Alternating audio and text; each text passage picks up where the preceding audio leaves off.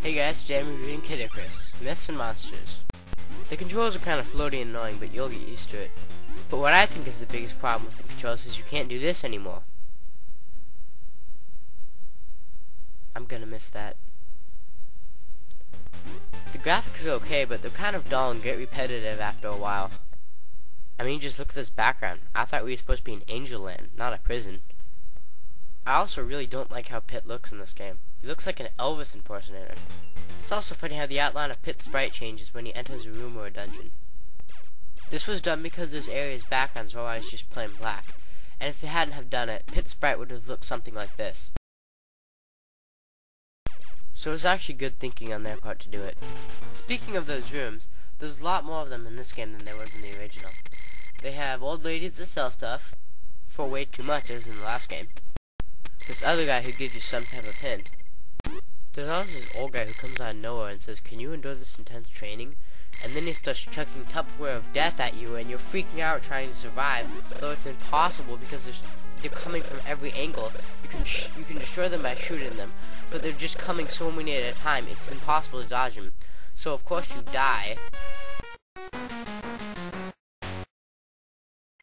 But if you actually survive that, he gives you a choice of 3 weapons.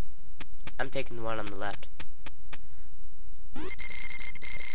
And then he says in order to use your hard-earned item, you need to have at least 2 blocks of your health left. Oh, sorry for not surviving your onslaught of Tupperware. The gameplay in this one is unlike the first one in many ways. The biggest one of which is, well, the screen doesn't become a scrolling death trap as it did in the first one as you go up. This game also has a couple of graphical representation issues. Like, see that barbed wire stuff? Touch it there and it hurts me, but over here it doesn't. I just kind of pass right through it. At the end of each stage you can also save your data, which is really useful. The game also has dungeon levels like this one. They're just like the overworld levels, except a lot more confusing. And no, you don't get a map. Yeah, I'd say leave the dungeons to Zelda.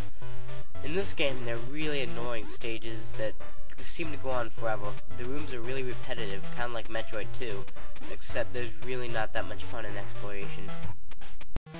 Oh yeah, and these guys. They turn you into an eggplant. Don't screw with them. And basically, being an eggplant form means you can't attack.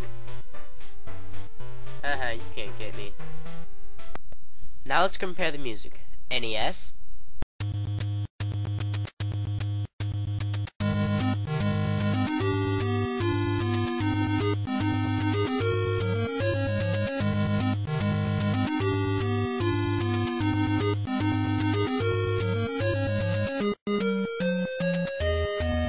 And now Game Boy.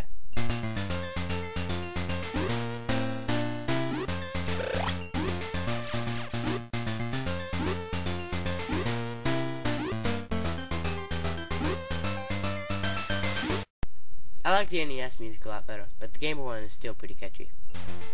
After you get the hang of it, it's pretty fun, and it is a Game Boy title, so it's not all that long. So if you're a fan of the first game, you should definitely get it, you'll enjoy it. If you're not, well, that's your decision. 6 out of 10.